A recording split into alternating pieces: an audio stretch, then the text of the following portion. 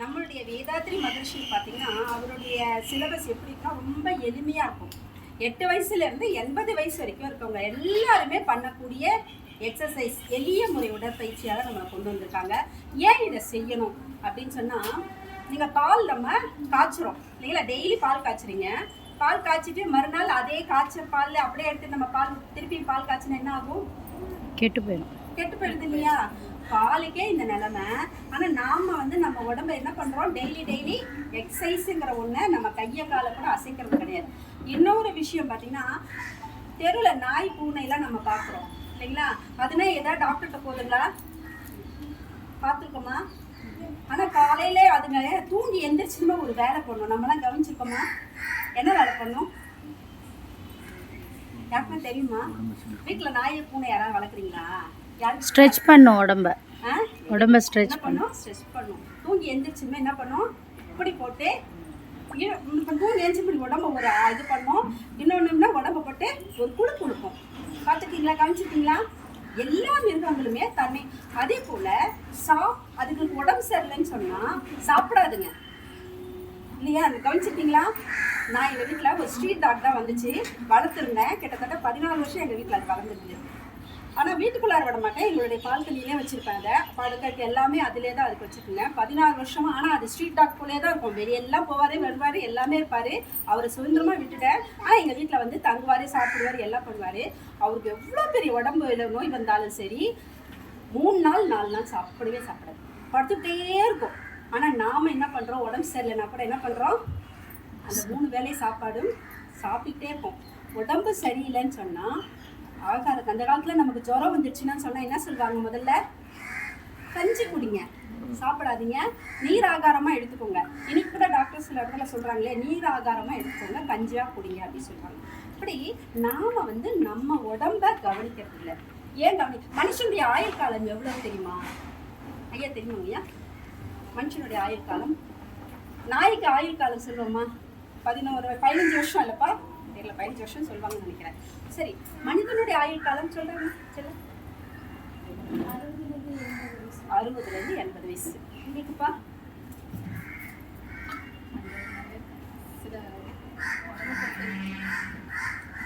உங்களுக்குங்க நார்மலாக 100, இப்போ 60, 40, 120 ஆண்டுகள். மனிதனுடைய கரெக்டான ஆயுள் காலம் 120 ஆண்டு காலம். அதெல்லாம் நம்மளாம் 120 வருஷம் வாழலாம் நினைக்கிறோம், சான்ஸே கிடையாது. எப்பா எனக்கு விட்டுறாங்கப்பா, அவ்வளோ காலம்லாம் நான் வாழறதுக்கே முடியல. ஏன் முடியலன்னா, நமக்கு ஒரு ஏஜ் 60 70 ஆண்டுக்குள்ளாரே நமக்கு என்ன பண்ணுது, உடம்பு டயர்ட்னஸ் கொடுத்துருது, உடம்பு வலி, எல்லாமே பிரச்சனைகள் வர ஆரம்பிச்சிடுது. ஆனால் நம்மளுடைய பயிற்சி நம்ம பண்ண சரி 120 ஆண்டுகள் நம்ம யாருமே வாழ விரும்பலை. ஆனால் எனக்கு கை கால் நல்லா இருக்குது, நான் ஆரோக்கியமாக இருக்கேன், சந்தோஷமாக இருக்கேன், எனக்கு பலம் எல்லாமே இருக்குது அப்படி சொன்னால் நம்ம வாழவும் வாழ மாட்டோமா? கை காலில் நான் நல்லா நடக்கிறேன், ஆரோக்கியமாக இருக்கிறேன், கண்ணு நல்லா தெரியுது, காது நல்லா கேட்குது, எனக்கு நல்லா இருக்கிறேன் அப்படி சொன்னால் நம்ம வாழறதுக்கு விரும்புவோமா? விரும்ப மாட்டோமா? இந்தம்மா விரும்புவோமா? 120 ஆண்டுகள் வாழணும்னு ஆசைப்படுவோம் இல்லைங்களா? உண்மையாகவே இன்னைக்கு வாழ்க்கையில நாம இந்த நம்மளுடைய மகரிஷி சொல்லி கொடுத்த எளிய ஒன்று கையசைங்க, கால் அசைங்க, கால் பாதத்தை அழுத்தி விடுங்க, சரிங்களா? இப்போ எனக்கு பார்த்தீங்கன்னா உடம்பு பார்த்தீங்கன்னா வெயிட்டாக இருக்க மாதிரி இருக்கும். ஆனால் எனக்கு சுகர் கிடையாது, கொலஸ்ட்ரால் கிடையாது, பிபி கிடையாது, எனக்கும் கொஞ்சம் எந்த ஒரு இதுவுமே கிடையாது. டெய்லி எக்ஸசைஸ் பண்ணுறது, தியானம் பண்ணுவோம், சில பயிற்சிகள் மகரிஷி சொல்லி கொடுத்த பயிற்சிகள் ரெகுலராக கிட்டத்தட்ட 18 வருஷ காலமாக நான் இதை பண்ணிட்டு இருக்கேன், சரிங்களா? அதனால எனக்கு டாக்டர்ட்டாக சீக்கிரத்தில் போகவே மாட்டேன். அந்த அளவுக்கு ஆக்டிவிட்டியாக நம்ம ஆரோக்கியமாக இருந்துகிட்டு இருக்கோம். காரணம் என்னன்னா இந்த உடற்பயிற்சிகள் தான், சரிங்களா? அப்புறம் ஸ்ட்ரெஸ்ன்னு சொல்கிறோம், சரிங்களா?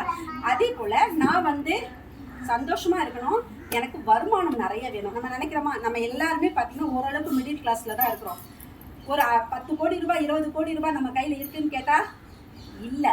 ஆனால் இங்கே சில பேர்கிட்ட இருக்குது, சில பேர்கிட்ட இல்லை, சரிங்களா? இப்போ நாம் அதை வேணும்னு சொல்லி ஆசைப்பட்டோம்னா எனக்கு ஏதோ ஒன்று வேணும், சரிங்களா? ஏதோ ஒன்றுனா இப்போ எனக்கு ஒரு வீடு வேணும், இல்லைன்னா எனக்கு ஒரு கார் வேணும், இல்லை எனக்கு சொந்தமாக ஒரு தொழில் செய்யணும், ஏதோ ஒரு எண்ணம் உங்களுக்குள்ளார இருக்குது, அது நிறைவேறணும் அப்படின்னு சொன்னால் நான் சொல்கிற ஒரு சின்ன ட்ரிக்கை மட்டும் நீங்கள் பயன்படுத்தினீங்கன்னா கண்டிப்பாக அந்த அச்சீவ்மெண்ட்ஸ் உங்களுக்கு நடக்கும். யாருக்கெல்லாம் வேணும்? யாருக்கு வீடு வேணும்னு ஆசைப்படுறீங்க, கார் வேணும்னு ஆசைப்படுறீங்க, இல்லை சொந்தமாக எனக்கு வருமானம் வேணும் ஆசைப்படுறீங்க? வேற உங்களுக்கு யாருக்குமே வேண்டாவா? எல்லாருக்குமே தேவையான ஒரு எல்லாருக்குமே தேவை இல்லையா? அதுக்கு நான் சொல்கிற சின்ன ட்ரிக்கை மட்டும் நீங்கள் பயன்படுத்துனீங்கன்னு வச்சுக்கோங்களேன், நிச்சயமாக சக்ஸஸ் ஆகலாம். அது எப்படின்னு மட்டும் சொல்கிறேன், நான் கடைசியாக சொல்கிறேன், சரிங்களா? அடுத்தது பார்த்தீங்கன்னா தியானம். தியானம் பற்றி உங்களுக்கு கருத்து என்ன? தியானம் சொன்னால் என்ன நினைக்கிறீங்க?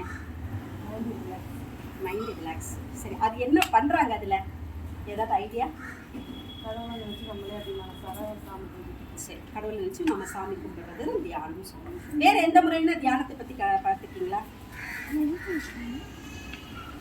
தியானம் பற்றி ஏதாவது ஐடியா இருக்கா? தியானம் கேள்விப்படுறோம், ஆனால் தியானத்தை பற்றி எதுவுமே எனக்கு தெரியல. உங்களுக்கு யாருக்கு தெரியலையா, இல்லை தெரிஞ்சு சொல்லலாம்னு நினைக்கிறீங்களா? அவ்வளோதான் தெரியுது. சரி, இன்னொன்று சொல்லுவாங்க மௌனம். மௌனம் பற்றி என்ன நினைக்கிறீங்க? அமைதியாக நம்ம பார்த்து இதுதான் ஒன்று நினச்சிட்டு அமைதியாக ஏதாவது நினச்சிட்டு அமைதியாக இருக்குது. அதில் ஒரு வார்த்தையும் நம்ம முன்னோர்கள் சொல்லுவாங்க, நான் பேசாத பொழுது மௌனம் பேச மனசு பேசு, இறைவன் பேசுவான்னு சொல்லுவாங்க. நான் பேசாத பொழுது இறைவன் என்னோட பேசுவான்னு சொல்லுவாங்க. தியானமும் அது போலதான். நம்ம மனதை, நம்ம உடலை நம்ம கண்ட்ரோல் பண்ணுறதுக்காக ஒரு மனசக்தி தான் தியானம், சரிங்களா? தியானத்துலேருந்து உயிர் எங்கே இருக்குது? என்ன மேடம் வந்தலேன்னு சும்மா எங்ககிட்ட கேள்வி கேட்டுட்டு இருக்கீங்க? நீங்கள் சொன்னீங்கன்னா நாங்கள் பாட்டு கேட்டுக்கிட்டே இருப்போமே இல்லையா? உயிர் எங்கே இருக்குப்பா? சரி, அப்புறம் உயிர் எங்கே இருக்கு? வேற கரெக்ட் இருக்கு. வேற உயிர் எங்கே இருக்கு? ஏதாவது சொல்லுங்க. உயிர் எங்கே இருக்குப்பா? தெரியலையா? சரி, நம்முடைய திருமூலர் சொல்லியிருக்காரு, கோவில் மயிரொன்றை 100 கூறிட்டு 1000 ஆக்கினார் நூலில் 1000 நம்முடைய உயிர் அப்படிங்கிறார். அது எப்படி சொல்றாருன்னா, என்னது என்னது பசு.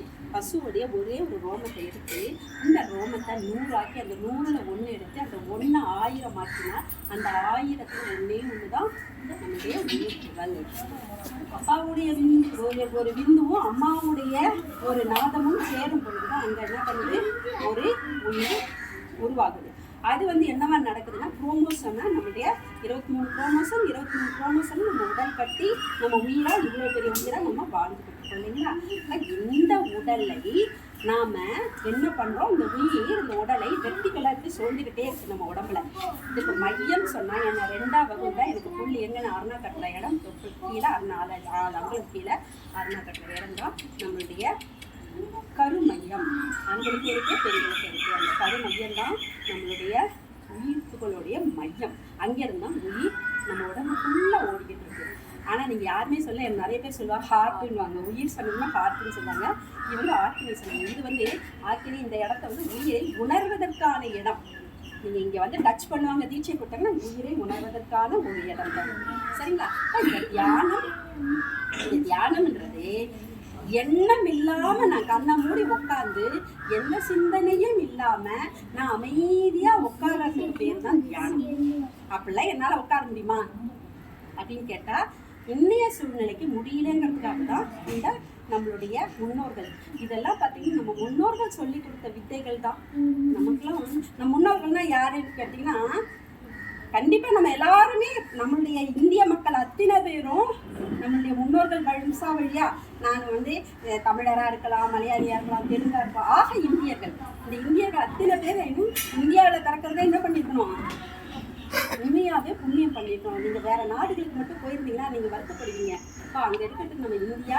வெளிநாட்டில் போன என்னுடைய சொந்தக்காரங்க சொல்லுவாங்க, இந்தியா போல ஒரு அற்புதமான நாடு கிடையாது. இப்போ இந்த தியானம், இந்த எக்ஸசைஸு நம்ம உடலை பராமரித்து மனதை பராமரிக்கும் பொழுது மனம் அமைதியாகும். மனம் அமைதியாச்சுன்னா நாம் நினைக்கிறதெல்லாம் நடக்கும். அந்த ட்ரிக்கை நான் கடைசியாக திரும்ப சொல்கிறேன். நிச்சயமாக அதை மட்டும் நீங்கள் ரெகுலராக நீங்கள் பண்ணிங்கன்னா உங்கள் வாழ்க்கையில் கண்டிப்பாக நீங்கள் ட்ரை பண்ணி பாருங்கள். மகிழ்ச்சி சொல்லுவாங்க, சொல்லால் மட்டும் நம்பாதே, சுயமாய் சிந்தித்தே தெளிவாய் சொல்லுவாங்க. நான் சொல்கிறது, மகரிஷி 96 வயசு வரைக்கும் வாழ்ந்தார்.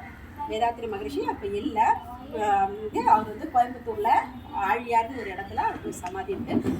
நான் அவருடைய குருவுடைய இதில் நான் இவ்வளோ ஒரு 18 வருஷம் காலமாக அவருடைய பல ஆசனங்கள் பல யோகா சென்டருக்குலாம் போனால் கூட என் மனசு எங்கேயுமே இந்த குருக்கிட்ட தான் நிற்கிது.